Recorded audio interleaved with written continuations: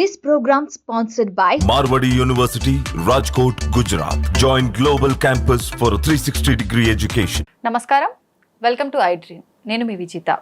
ప్రస్తుతం మనతో పాటు ఉన్నారు ప్రముఖ జ్యోతిష వాస్తు పండితులు బ్రహ్మశ్రీ అన్నవరపు తిరుపతి మూర్తి అవధాని గారు. ఇప్పుడు గురుగారితో మాట్లాడి మన సందేహాలన్నింటినీ నివృత్తి చేసుకుందాం. నమస్కారం గురుగారు. ఓం శ్రీ మహాగణాధిపతయే నమః. గురుగారు, శివుడికి అభిషేకం చేసేటప్పుడు చెరుకు రసంతో అని, ద్రాక్ష రసంతో అని చెప్పి రకరకాల ద్రవ్యాలతో అభిషేకం చేస్తుంటాం. అభిషేకం మనం చెరుకు రసంతో చేస్తున్నాము అంటే ఒక విధానాన్ని అనుసరించి చేస్తాం, ఒక ఫలితం వస్తుంది. అట్లా రకరకాలుగా ఒక్కొక్క దానికి ఒక్కొక్క ఫలితం చెప్పబడింది. భస్మాభిషేకం కూడా చేస్తుంటాం అని చెప్పి విన్నాం కదా గురుగారు. ఇంతకు ముందు మనం కూడా ఒక టాపిక్ లో మాట్లాడుకున్నాం కూడా భస్మాభిషేకం గురించి. మరి భస్మాభిషేకం దేని గురించి, ఏ విధానాన్ని అనుసరించి చేస్తుంటారు, దాని వల్ల ఎటువంటి ఫలితం కలుగుతుంది? ఓం శ్రీ మహాగణాధిపతయే నమః. ప్రాళేజాచలమిందుకుందధవలం గోక్షీరఫేన ప్రభం భస్మాభ్యక్తమనంగదేహదహనజ్వాలావలీలోచనం బ్రహ్మేంద్రాదిమరుద్గణై స్తుతిపదైరభ్యర్చితం యోగిభిః వందేహం శకలం కలంకరహితం స్థానోర్ముఖం పశ్చిమం. భస్మం ప్రపంచంలో చిట్ట చివరికి మిగిలేది భస్మం మాత్రమే. అయితే ఆ భస్మానికి ఎంతటి యోగ్యత ఉంది అంటే అమ్మా, శివలింగాన్ని ఇంట్లో పెట్టుకొని ప్రతి ఒక్క మనిషి ఇంట్లో శివలింగాన్ని పెట్టుకోవచ్చు.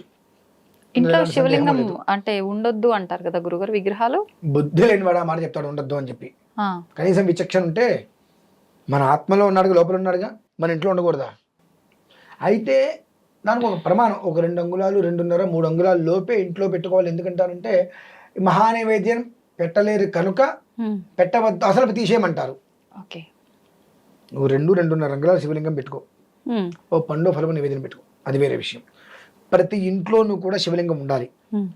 ఉన్న తర్వాత ప్రధానంగా పొద్దున్నే అభిషేకం చేసే ముందు అంత భస్మం వెయ్యాలమ్మా స్వామివారి మీద. ఎందుకు వెయ్యాలి?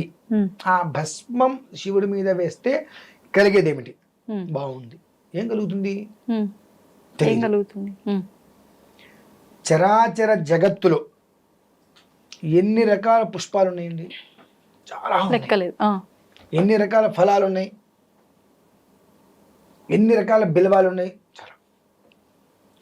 ఆ ఉన్న పత్ర పుష్ప బిల్వాలు ఇవన్నీ కూడా లక్ష తీసుకొచ్చి ఈశ్వరుడి మీద అభిషేకం చేస్తే ఆయన ఎంత ఆనందపడతాడు? చాలా, అసలు అపరిమితం. అంతటికి 1000 రెట్ల ఆనందం ఈ భస్మం ద్వారా పడతాడండి. భస్మం నుంచి ఆనందపడతాడు. ఎందువల్ల ఆనందపడతాడు? అన్ని ఫలాలు అగ్నిహోత్రంలో వేస్తే భస్మమే, అంత పుష్పాలు అగ్నిహోత్రంలో వేస్తే భస్మ, అన్ని బిల్వలు అగ్నిహోత్రంలో వేస్తే, ఏది వేసి అగ్నిహోత్రంలో వేస్తే ఏమవుతుంది? భస్మ అయిపోతుంది.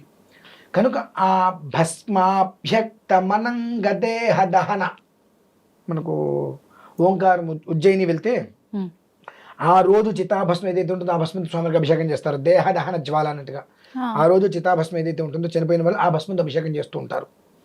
కానీ ఇక్కడ అవన్నీ భయాలు కాబట్టి ఆవు పేడతోటి తయారు చేసిన పిడకలతో, పిడకల నుంచి వచ్చిన భస్మంతో, లేదంటే ఆవు పేడ పచ్చి పేడను కాల్చి వచ్చిన భస్మంతో అభిషేకం చేయమంటారు. ఆ భస్మంతో సద్యో జాతం ప్రపత్యామి సద్యో జాత యవై నమో నమః అని 5 మంత్రాలు ఉంటాయి. సద్యో జాత వామదేవ అఘోర తత్పురుష ఈశానః 5 మంత్రాలతో భస్మం అభిషేకం చేస్తే, పొడి భస్మం, అన్ని లక్షల పుష్పాలు పత్రాలు ఫలాలు వేస్తే ఎంత ఫలితం, అంతకి 1000 కొన్ని వేల రెట్ల ఫలితం ఈశ్వరుడు ఇస్తాడు. ఇది ఒక విధానం. రెండవ విధానము భస్మోదకం. అంటే గురుగారు, పొడి భస్మం వేస్తాం కదా ముందు, తర్వాత చేతిలోకి భస్మం తీసుకొని తడుపుతూ ఆ భస్మోదకం, ఆ భస్మం నీళ్లు, ఆ భస్మాన్ని తడిపి పోస్తూ ఉండాలి. దీనివల్ల ఏంటి? ఇది కూడా మనం చెప్పుకోవాలి, తెలుసుకోవాల్సిన విషయమే. బంగారాన్ని ఏమంటారు? పవిత్రత అని అంటారు. అంటే భూమి మీద అత్యంత పవిత్రమైన పదార్థం బంగారం. అందుకని చిన్నప్పుడు, ఇప్పుడంటే బుద్ధి జ్ఞానాలు లేక సంవత్సరం కూడా కాకముందే తిరుమల అని చెప్పి అటరీతని చెప్పి చెవులు కుట్టించేయడాలు, గుండె చేయించాలి, దరిద్ర పనులన్నీ చేస్తున్నారు. కానివ్వండి, దానికి 3వ సంవత్సరం చెప్పబడి ఉంది, తృతీయ వత్సరే అని చెప్పి. ఆ 3వ సంవత్సరంలో ఆడపిల్లకి ముక్కు కుట్టించడాలు, చెవులు కుట్టించడాలు చేస్తూ ఉంటారు. ముక్కు కూడా 3వ సంవత్సరం ఎందుకు కుట్టిస్తారు అంటే ఒంటికి బంగారం తగలటం వల్ల దోషాలు పోతాయి. దాదాపుగా దోషం అంటదు. దోషం మనిషికి బంగారం చేతికుంది అంటే, ఒంటికి బంగారం తగులుతుంది అంటే దాదాపుగా దోషం అంటదు. అంతగా ఎప్పటికప్పుడు అది శుద్ధి చేస్తుంటుంది మనిషిని. స్వర్ణం పవిత్రమమలం స్వర్ణం పాప ప్రణాశనం అంటే, స్వర్ణం అనేటువంటిది మాట అనుకుంటేనే పుణ్యం. అది మన శరీరానికి ఏదో ఒక రకంగా శరీరం మీద మనకు తగులుతుంది అంటే అన్ని రకాల పాపాలు నాశనం అయిపోతాయి. అంటే మనకు పాపం ఎప్పటికీ దాదాపుగా తగలదు, అటువంటి స్థితి వస్తుంది. అటువంటి బంగారంతో ఈశ్వరుడికి అభిషేకం చేస్తే రజన్, బంగారం రజన్ వస్తుంది. ఆ రజన్తో స్వామివారికి మొత్తం అభిషేకం చేసి ఆయన నింపేస్తే ఇంకెంత పవిత్రత వస్తుంది అంటే, స్ఫటిక శివలింగం స్వచ్ఛత కలిగినటువంటిది, అంటే తెల్లగా ఉంటుంది. ఆ లోపల ఇట్నుంచి చూస్తే నిర్మల స్ఫటికంలో మీరు కనిపిస్తారు. అంటే అక్షరాలు ఉంటే చూస్తే అక్షరాలు చక్కగా, అంత పెద్ద స్ఫటికంలో కూడా అక్షరాలు కనిపిస్తాయి. అది నిర్మల స్ఫటికం, శుద్ధ స్ఫటికం. ఈ శుద్ధ స్ఫటికం అనేటువంటిది ఆ లోపల మొత్తం కూడా కైలాస పర్వతంలాగా అట్లా అట్లా అట్లా తెరతెరలు వచ్చి ఉంటుంది, తెరలు తెరలుగా. ఈ స్ఫటికం ఎక్కడి నుంచి వస్తుంది? నీళ్ళలో నుంచి వస్తుంది, రాయి కదమ్మా అది. స్ఫటికం అనేటువంటిది నీరు. ఒక చుక్క చుక్క చుక్క చుక్క చుక్క నీరు పడి పడి పడి ఒకే దాని మీద నీరు పడి పడి పడి పడి పడి అది గడ్డి కట్టేస్తుంది. ఆ -డిగ్రీస్ ఉంటాయి మనకు. మామూలుగా ఫ్రిడ్జ్లో పెడితే, డీప్ ఫ్రిడ్జ్లో పెడితే ఒక రకమైనటువంటి ఐస్ తయారవుతుంది. అంతకు మించిన ఇంకా మైనస్లో పెడితే గడ్డగట్టేస్తుంటుంది. ఆ అంతకు మించిన దాంట్లో గడ్డగట్టేస్తుంది స్టోన్. అది ఆ నీళ్ళే రాయిలాగా అయిపోతుంది, ఇక ఎప్పటికీ కరగదు. అందులో నుంచి తీస్తారు స్ఫటికం. ఆ శుద్ధ స్ఫటికము, నిర్మల స్ఫటికం 2 విధానాల్లో అందులో ఉంటుంది. ఆ శుద్ధ స్ఫటికం, స్ఫటికం అంటేనే శుద్ధం, స్వచ్ఛత, నిర్మలం. శుద్ధము, స్వచ్ఛత, నిర్మలం. స్ఫటికం అంటే నిర్మలం. అంటే స్ఫటికం అంటేనే దానికి పవిత్రమైనటువంటి బంగారంతో, బంగారపు జలంతో, బంగారపు రజంతో అభిషేకం చేస్తే వాడి జన్మ తెరుస్తుందిగా. అందుకనే ఆ భస్మంతో మొదటి అభిషేకం జరిగిన తర్వాత ఆ భస్మోదకంతో అభిషేకం చేయమంటారు. కాబట్టి ఆ రకంగా స్వామివారికి అభిషేకం చేసి నింపేయాలి. స్వామివారిని నింపేసిన శుభ్రంగా ఆ ఈశ్వరుని తీసి శుభ్రంగా నీటితో కడిగి మళ్ళీ మొత్తం భస్మం రాసేసేసి ఒక ప్లేట్లో పెట్టేసేసి శ్వేతాక్షతులు లేదా ధవలాక్షతులు 2 ఒకటే.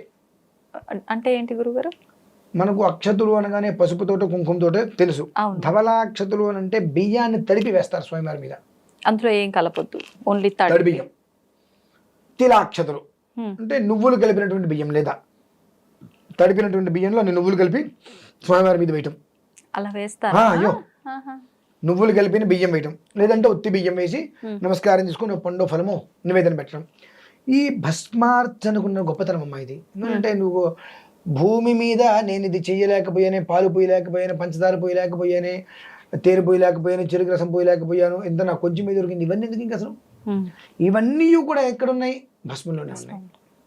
కాబట్టి ఆ భస్మార్చన అనేటువంటిది ఈశ్వరుడికి ఆ రకంగా చేసుకుంటే ఈ ప్రపంచంలో మనది కాదు, మనకు లేదు అనేటువంటిది ఏది ఉండదు. అది దృష్టిలో ఉంచుకొని ప్రతి ఒక్క గృహానికి కూడా ఆ స్ఫటిక శివలింగాన్ని అందించాలన్న ఉద్దేశ్యంతో ఆగస్టు 2వ తారీఖు 24,000 ఆవు పిడకలతో తీసుకొచ్చిన భస్మంతో అభిషేకం చేసి ఆ రోజు నుంచి ప్రతి ఒక్కరికి కూడా ఆ ఒక్క శుద్ధ స్ఫటికం అనేటువంటి దాన్ని అందించేటువంటి ప్రక్రియ కూడా మనం మొదలుపెట్టామండి. ఎందుకంటే ప్రతి ఇంట్లో ఆ శివలింగం ఉండాలి. ప్రతి మనిషి ప్రతిరోజు 10 నిమిషాలు చాలు, అంతకుమించి ఎక్కువ అవసరం లేదు. 5 నిమిషాలు కూడా చాలు. మనస్సు ప్రశాంతంగా చేసుకోగలిగితే ఒక నక్షత్రం అంటే ఇవాళ మొదలుపెట్టి ఆరుద్ర నక్షత్రం రోజు మొదలుపెట్టారు, మళ్ళీ ఆరుద్ర నక్షత్రం వరకు, లేదా అతని జన్మ నక్షత్రం ఏంటి ఆ రోజు మొదలుపెట్టి మళ్ళీ 27 రోజులు పూర్తి చేస్తే అందులో ఉండేటువంటి గొప్పతనం మనం ఆశ్చర్యపోతాం, ఆనందాన్ని అనుభవిస్తాం. అది కంటిన్యూ చేసుకుంటూ వెళ్తాం. 5 నిమిషాల రోజు, సోమవారం ఇంకొక 5 నిమిషాలు ఎక్స్ట్రా చేసుకుంటే జీవితకాలం తీసుకువెళ్ళచ్చు. అలా నువ్వు చేసుకుంటే వచ్చేటువంటి ఫలితం ఏమిటి అంటే, బహుశా నీ తర్వాత తరాల వాళ్ళకి తరగనటువంటి సంపద, ఒక వృక్షం అంటే వటవృక్షం తెలుసా, మీరు వినారా? మర్రి వృక్షం, మర్రి చెట్టు అనేటువంటిది భూమి మీద ఎక్కడ రాదమ్మా. మర్రి చెట్టు భూమి మీద ఎక్కడ రాదు, ఒక చెట్టు మీద వస్తుంది. ఒక చెట్టు మీద మొలిచి దాని వేరుని భూమిలోకి పంపిస్తుంది, మొత్తం ఆక్రమించేస్తుంది. ఇంకా 10 కిలోమీటర్లు కూడా ఆక్రమించగలదు. ఆ రకంగా ఆ ఈశ్వరుడు తర్వాత తరములన్నింటినీ కూడా తరింపజేస్తాడు. ఆ రకంగా ఆ భస్మాభిషేకంలో ఉన్న గొప్పతనం అది విషయం. నిజంగా చాలా అద్భుతంగా ఉంది గురుగారు భస్మాభిషేకం యొక్క ఫలితం అనేది. ధన్యవాదాలు గురుగారు.